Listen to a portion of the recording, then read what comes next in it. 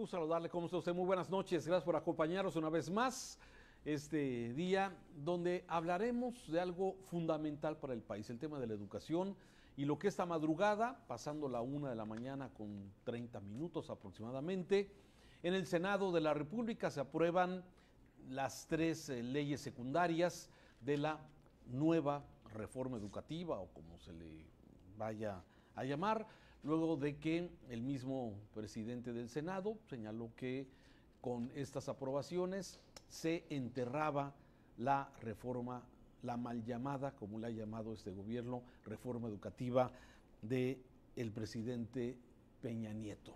Así es que, bueno, ¿qué fue lo que se aprobó? ¿Qué es exactamente lo que esta visión de estos legisladores, del gobierno, están viendo en esta nueva reforma educativa? ¿Hacia dónde vamos? ¿Qué es exactamente lo que se derogó, lo que se borró y qué es exactamente lo que se está planteando y que solamente bastará que el presidente la publique, la nueva ley, para que empiece a entrar en vigor? Para hablar del tema, qué mejor que Alejandro Levy, presidente de Mexicanos Primero Jalisco, para que nos dé a conocer, bueno, su visión y desde luego cuáles serían los principales puntos clave para estar atentos a este nuevo programa, reforma de educación. Alejandro, ¿cómo estás? Bienvenido.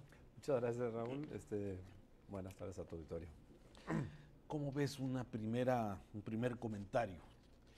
Mira, lo que vemos es una diferencia entre lo que pasó en la discusión de las reformas constitucionales del tercero y el 73, en donde el gobierno hizo un amplio consenso desde la ciudadanía, en donde nosotros como mexicanos primero participamos en la invitación que hizo los diputados a dar nuestra opinión sobre la legislación y donde participaron un amplio grupo, desde maestros, padres de familia, sindicatos, lo que se te ocurra relacionado con el tema educativo, participaron.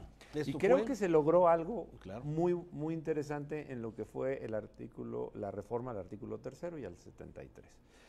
Sin embargo, en este nuevo capítulo de las reformas secundarias, que son las que hacen, digamos, el detalle de lo que sucedió en las reformas grandes constitucionales, algo diferente sucedió. Y nosotros lo leemos como un manejo más político y de alguna manera favoreciendo los intereses o posiciones más del sindicato de maestros que de la población general, que es, digamos, el primer beneficiario, que son los niños y las niñas, y los jóvenes mexicanos, y por supuesto los padres de familia y todos los que estamos involucrados en el sistema. A ver, Alejandro, entonces quiero entender.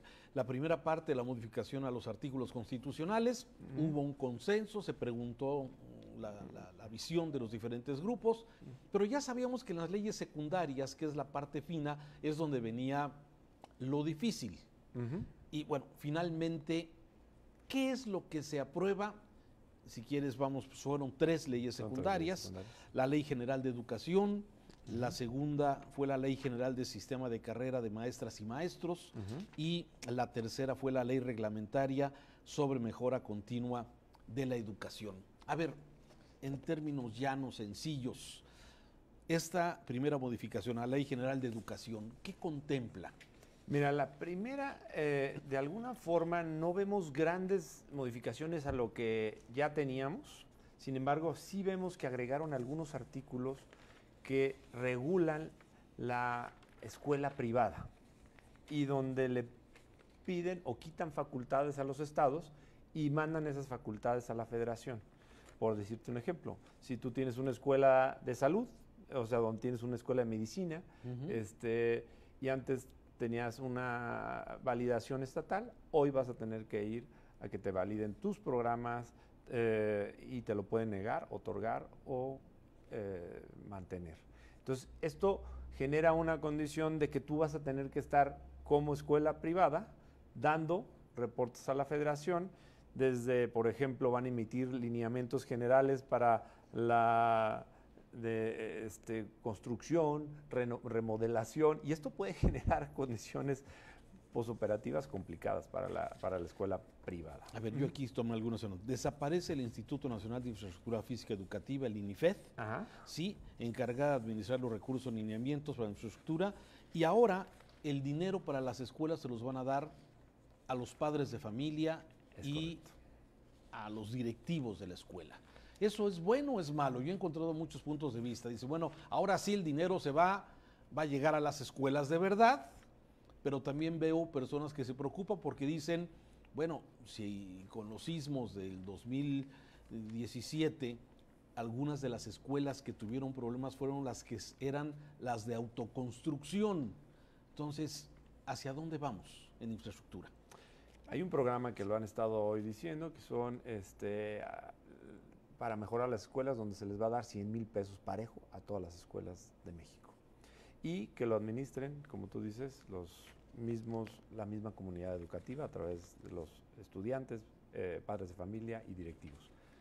Nosotros lo hemos peleado muchísimo porque creemos que las decisiones tienen que ir desde la comunidad educativa hacia arriba y porque son realmente los que saben lo que está sucediendo y los que tienen ese sentir de las necesidades locales. Sin embargo, nos preocupa que se le deleguen cuestiones específicas que pudieran tener cuestiones de construcción, temas que te pudieran poner en riesgo si no existe una regulación muy clara. Entonces, lo que nos está faltando es cómo y qué va a hacerse para que esos recursos de alguna manera tengan no la aplicación que decidan, me parece muy bien, pero que esa aplicación no se vaya a malinterpretar y que pueda poner después en riesgo la vida de los muchachos. A ver, en lugar de contratar un ingeniero, pues aquí los padres armamos y levantamos la barda, por ejemplo. Exactamente. Ese tipo de cosas. O sea, ese que no haya... tipo de cosas. Ahora, ustedes fueron siempre críticos en Mexicanos Primero, por ejemplo, con la infraestructura. Ustedes documentaron que había escuelas sin agua, escuelas sin baños, escuelas en pésimas condiciones. ¿Esto puede ayudar o no? Yo creo que sí puede ayudar porque finalmente es un recurso, aunque si lo ponemos en contexto, pues es un recurso muy limitado, que tendríamos que irlo creciendo en el tiempo. Tenemos un problema de infraestructura general en todo México enorme. En Jalisco tenemos cerca de 1,000 o más escuelas, 1,000 y cachito escuelas que no tienen agua, que no tienen drenaje. Entonces, tenemos problemas muy serios en temas de infraestructura. En Jalisco estamos atendiendo ese tema de una manera diferente, pero tenemos que empezar a entender qué es lo que pasa en cada escuela y cómo lo vamos a atender. Sí creo que sí va a beneficiar, habría que ver cómo le damos continuidad a ese proyecto. Bien, sigue otra anotación que tomé. Los habitantes del país deben cursar educación preescolar, primaria, la secundaria y la media superior. Es obligación de los mexicanos hacer que sus hijos menores de 18 años asistan a las escuelas para recibir educación obligatoria en los términos que establece la ley, así como participar en los procesos educativos a revisar su progreso y desempeño. A ver, sobre este tema, ¿pierde el gobierno la rectoría de la educación con la nueva reforma? En principio, en el tercero es muy claro que la rectoría la debe de tener el Estado. Sin embargo, hay temas que te pongo un ejemplo específico. En el tercero constitucional se le delega a los diputados la ley que da entrada al servicio profesional, al servicio de maestros, la promoción de los maestros, en donde los diputados deberían ser quienes regularan ese proceso y hacerlo transparente. En esta ley secundaria lo que hace es que delega esa facultad a la Secretaría de Educación Pública. ¿Qué dirías tú? Oye, lo está delegando al mismo Estado. Sin embargo, el Estado pudiera definir cuestiones que no sean muy claras, porque no está claro ni es claro para el maestro cómo va a acceder al sistema público educativo y cómo se va a promover o cómo se va a premiar dentro del sistema. Todo eso no está claro. Antes lo teníamos claro, porque había un examen de oposición que había que hacer, había que haber una evaluación, había que cumplir con ciertos requisitos para poderle garantizar sobre todo a los niños y las niñas y los jóvenes el mejor maestro frente a grupo. Hoy esa facultad... Eso desaparece. Eso desaparece en términos operativos claros en la ley, para que todo el mundo lo tengamos claro, y lo dejan como facultad a la Secretaría de Educación Pública. Si, digamos, tenemos una gente en la que podemos confiar y tener claridad de que van a mantener las cosas y no se van a dejar influenciar del sindicalismo y todo, diríamos, puede ser. Pero como no está legalmente amarrado a algo, si alguien le tuerce la mano o el sindicato le tuerce la mano para tener más facultades o no en algún estado en particular, eso nos preocupa que no haya quedado muy claro, sobre todo en defensa de los maestros, porque han tenido abusos muy claros en estos procesos anteriormente y hoy creemos que puede abrirse la puerta para que vuelvan a regresar esos procesos de amiguismo, compadrazgos o incluso compra de plazas, ¿no? A ver, uno de los avances que se mencionaba de la ahora mal llamada reforma anterior era que se le quitaba la facultad a los sindicatos, al sindicato y a la coordinadora, y el sistema había un sistema de evaluación de los maestros, ¿sí? Para poder acceder a los escalafones y ¿esto va a cambiar? Esto hoy no queda claro, también queda en la facultad de la Secretaría ese proceso. Entonces no tenemos claro qué va a definir como proceso la Secretaría y ha dicho que los exámenes no y una serie de cosas que nos hacen pensar que hoy tenemos una indefinición que, por ejemplo, en Jalisco estamos viendo que va a pasar. Tenemos un sistema que desde hace 15 años tiene un sistema que para ingresar al sistema docente tienes que pasar por un examen de oposición y demostrar tus habilidades, tus competencias para poder ganarte la plaza. Y eso es garantizarle al estudiante tener a alguien preparado frente al grupo. Quitarle esa claridad a eso nos deja un poco borroso lo que vaya a suceder después. Bueno, a ver, aquí la ley dice que tendrán el famoso pase o plaza automática para las normales. Para las normales oficiales. Es correcto. ¿Sí? Queda un vacío ahí con el tema de las normales particulares, por ejemplo. Ya no tendrán acceso directo a una plaza, que lo que tú decías anteriormente, podía cualquiera concursar para tener una plaza de maestro, incluso no maestros, no quienes hayan estudiado, no normalistas. Ahora parece que se vuelve al esquema donde solamente los normalistas de normales oficiales serán los que tendrán acceso a las plazas automáticamente sin ninguna evaluación. Es correcto. También volvemos a los artículos constitucionales, garantizan el acceso parejo a todos. Tú imagínate si como mexicano y como docente saliste de una escuela privada y quieres competir en una plaza pública y tienes unas capacidades mejores que cualquiera de los que salió de una escuela normal o de la Universidad Pedagógica Nacional. Y la prioridad se la dan a las otras dos y tú te quedas sin plaza siendo mejor que ellos. ¿Quién pierde? Pues el niño. Los niños, los alumnos. Y tú pierdes tu derecho como mexicano de tener el mismo trato y una misma oportunidad. Entonces eso contraviene los derechos constitucionales que se habían marcado en las anteriores leyes. Y son de las cosas que son muy ambiguas en esta nueva ley. Y puede ser un colmillo político lo que usaron para defenderse un poquito en una cuestión constitucional, de controversia constitucional que se pudiera hacer con estas leyes. Porque lo que dice el artículo es, se le dará prioridad a los egresados de las normales y de la Universidad Pedagógica Nacional. Sin embargo, después en una reglamentación posterior pudiera poner la Secretaría de Educación Pública, bueno, siempre y cuando no haya mejores opciones de otros candidatos, ¿no? Entonces, queda un poco ambiguo porque no sabe exactamente cómo se va a regular eso y cómo esa prioridad se va a interpretar.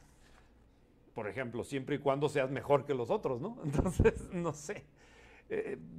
Lo malo de esto es que una ley secundaria que debería de regular y dejar como con mucha claridad todo, queda ambigua. Y esa ambigüedad puede prestarse a manejos turbios. Estamos platicando con Alejandro Levy, presidente de Mexicanos Primero en el estado de Jalisco. Regresamos de inmediato. Hay más temas.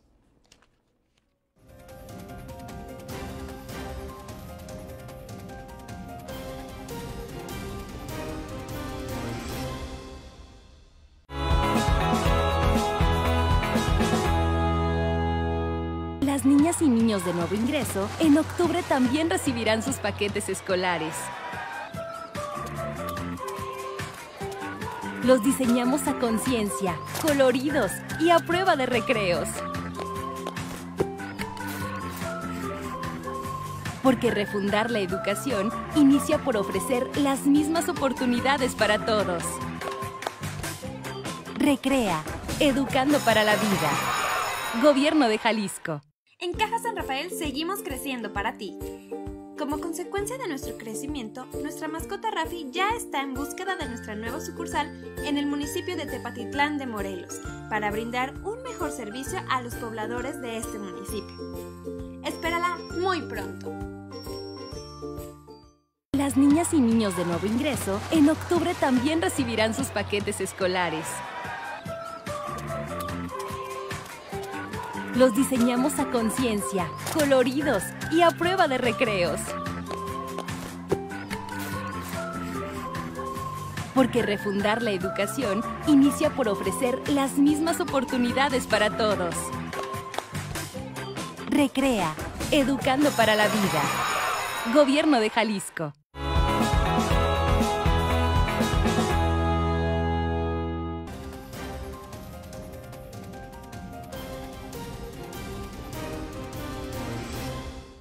Estamos hablando de reforma educativa de la nueva que fue aprobada esta madrugada de jueves a la 1:30 de la mañana aproximadamente por los senadores. Mayoritariamente votaron a favor de aprobar esta Ley General de Educación, la Ley General de Sistema de Carrera de los Maestros y Maestras y la Ley Reglamentaria sobre Mejora Continua de Educación. Estamos platicando con Alejandro Levy de Mexicanos Primero, capítulo Jalisco, sobre esta nueva aprobación.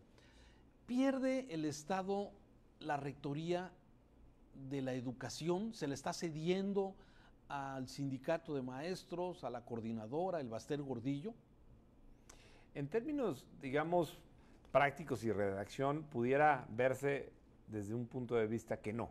Pero en términos prácticos, si tú ves que la ley le está dejando las facultades a la Secretaría para definir los procesos internos de selección, pues te queda un poco ambigua la posibilidad de que la Secretaría pueda definir en donde una coordinadora tenga mucho más poder, facultades que le permitan decir, oye, pues tú te dejo el 50% de las plazas para que tú las definas y yo el otro 50% y vemos cómo... O sea, está cediendo esa facultad que sería del Estado. En principio la ley dice... El que va a tener la facultad es la Secretaría de Educación Pública Federal, ¿sí? Entonces dices, bueno, si la Secretaría se maneja con todo el rigor de la transparencia, la claridad y todo ese rollo, diríamos, sigue teniendo la Rectoría del Estado, ¿sí me entiendes? Pero tú y yo sabemos que muchas veces esto depende de lo mejor el hueso, los votos políticos que pueda traer un sindicato, los acuerdos políticos, y en ese sentido, el beneficiario de esto serían los sindicatos o los partidos políticos y no los estudiantes ni los maestros los que pudieran estar en peligro por no tener claridad en función de esos procesos.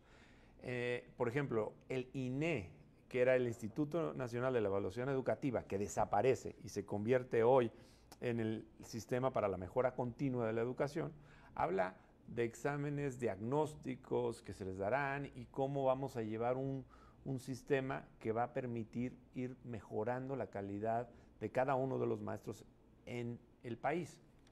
Sin embargo... A ver, ¿por qué desaparece el INE? A ver, a veces pareciera que este gobierno quiere destruir para luego construir una nueva narrativa, pero, a ver, el Instituto Nacional de Educación, de Evaluación Educativa, ¿estaba funcionando o no estaba de acuerdo a tu visión? Me parece que sí estaba funcionando, estaba marcando y se convertía, era un instituto totalmente independiente, con presupuesto independiente, con autonomía en sus decisiones para evaluar la educación a nivel nacional, proponer mejoras a la educación y sobre todo encargarse de la evaluación a los maestros, de tal manera que pudiéramos tener un instituto que estuviera de forma independiente marcando los esquemas de evaluación, para permitirnos entender dónde estaba el maestro y mejorarlo en el tiempo. O sea, ellos no marcaban política pública, no marcaban los programas de educación, sugerían y en proponían. base a la evaluación que hacían. Y calificaban la educación de México como estábamos, Bien. de forma independiente. ¿Y ahora este nuevo instituto? Este nuevo instituto,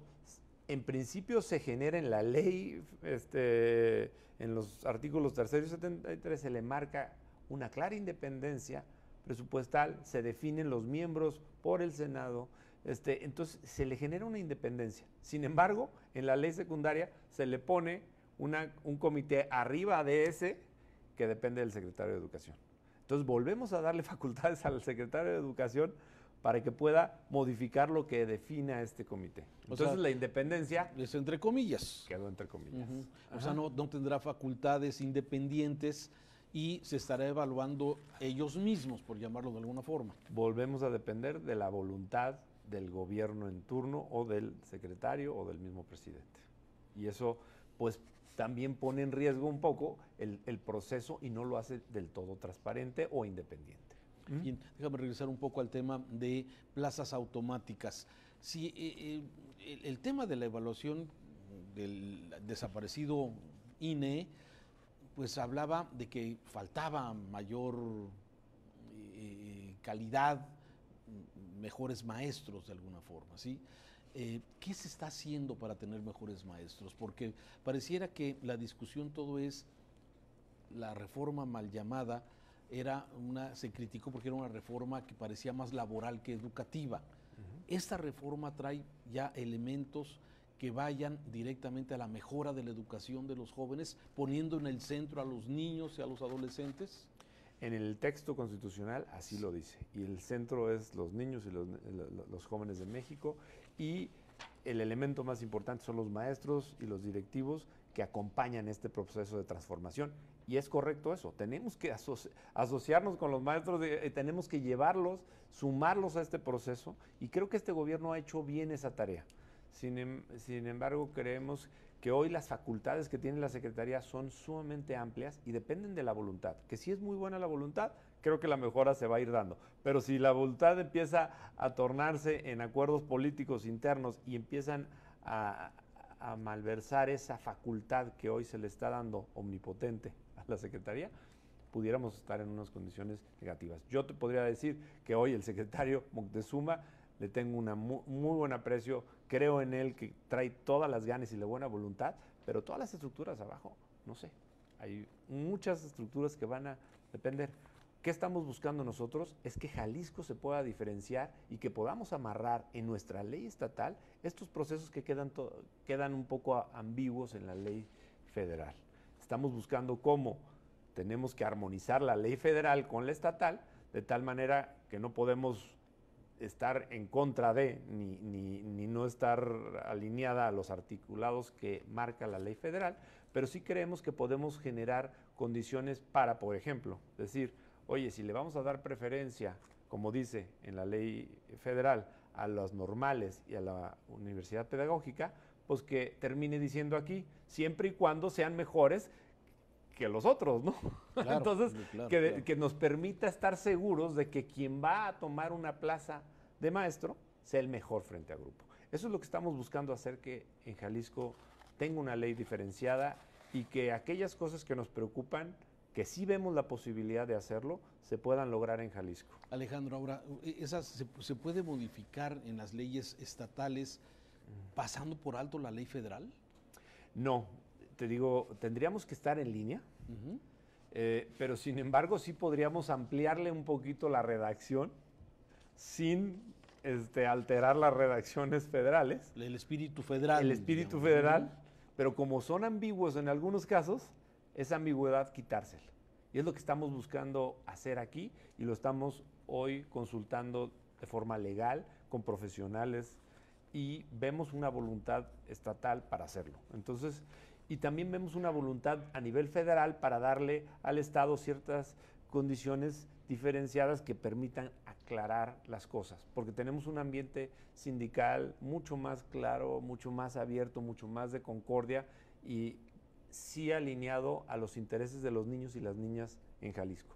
Cosa que probablemente es diferente en Oaxaca, en Chiapas, en Guerrero, en otros estados. Entonces, vamos a buscar sacar esa ventaja nosotros. Sí, ahora tú hablabas de esa gran diferencia de este gran país, ¿no? Tenemos un norte que es una parte pujante donde hay mayor visibilidad en los temas pues de generación de empleos, en la zona del occidente, en la zona del Bajío, y la zona sureste, que me parece que ha sido un acierto del gobierno federal, visibilizar la pobreza, el rezago que tenemos en el sureste del país. En esta ley, en estas nuevas leyes secundarias, se está considerando esto, las mejores oportunidades, el mejor presupuesto irá para las zonas más marginadas. Sí, creo que tiene un gran acierto el gobierno en hacer visible todas estas problemáticas que tenemos y esa gran diferencia que tenemos en los 2 Méxicos o 3 Méxicos o muchos Méxicos que tenemos, en donde tenemos que emparejar el campo para todos. Y creo que tiene cuando menos un espíritu voluntarioso de decir, quiero hacer las cosas bien. Y en cierto sentido, si lo vemos desde una perspectiva positiva, dices, ok, te estoy dando todas las facultades. Entonces, si tú quieres tener transparencia, si quieres tener legalidad en los procesos, si quieres dar toda esa parte, evitar la corrupción y todo esto que el gobierno ha sido muy claro en este proceso, pues lo tendrá que demostrar en la ejecución de esta ley y tendrá las facultades para hacerlo, que eso es bueno, si se aplica bien, o sea, si se gestiona bien.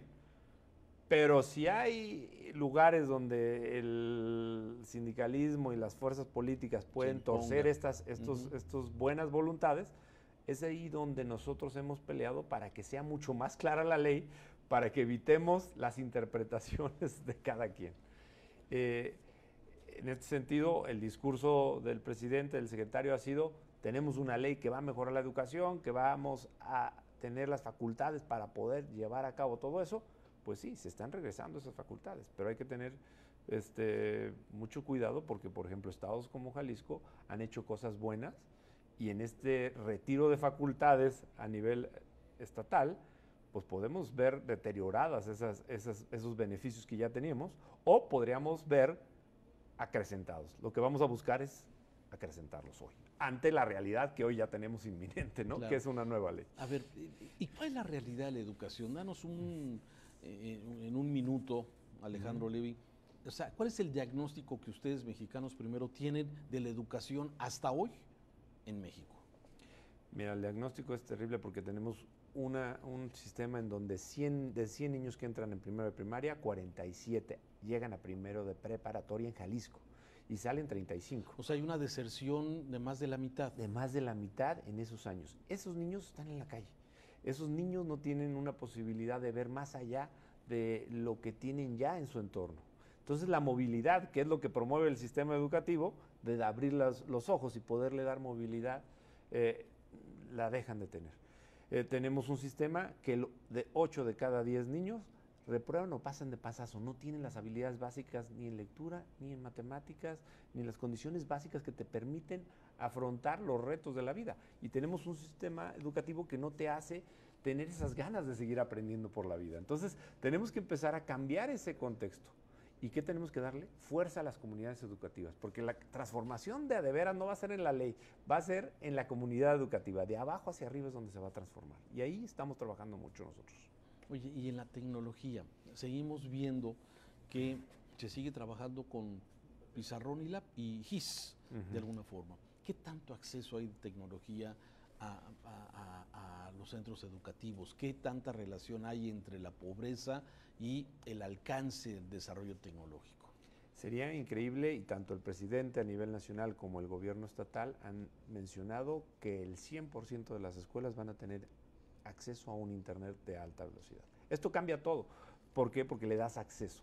Ahora, hay que hacer que el sistema educativo, la pedagogía atrás de todo esto, sume esas herramientas como parte de los programas y que cambiemos el sistema de educación para que sume estos procesos, porque un proceso tecnológico tal cual no cambia el sistema educativo. En los 80s en Estados Unidos había prácticamente una computadora o 3 computadoras por cada 10 alumnos. No, perdón, 9 computadores por cada 10 alumnos. 9. 9, en los 80s finales. Y de ese tiempo a hoy, Estados Unidos no mejoró mucho en su sistema educativo. O sea, no es un factor determinante. No, ¿por qué? Porque no se integraron los programas educativos de forma diferente. Nosotros, ¿cuántas veces hemos regalado computadoras, iPads? No funciona eso. Lo que tienes que hacer es que el sistema completo pedagógico se transforme y sume estas nuevas tecnologías dentro de la pedagogía.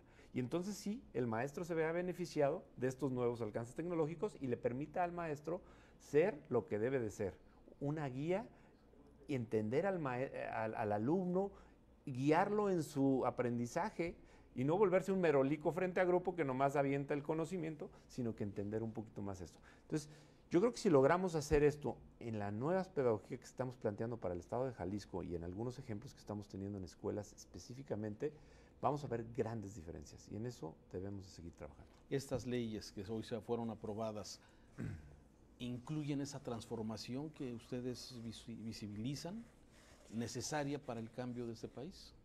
En la palabra y en el discurso, sí. En la letra de la ley, creo que deberían de estar mucho más claras y explícitas. Alejandro Levy, gracias por estar aquí. Gracias a ti, Raúl. Y a usted que nos ve, muchas gracias. Lo esperamos en otro programa a fondo. Gracias.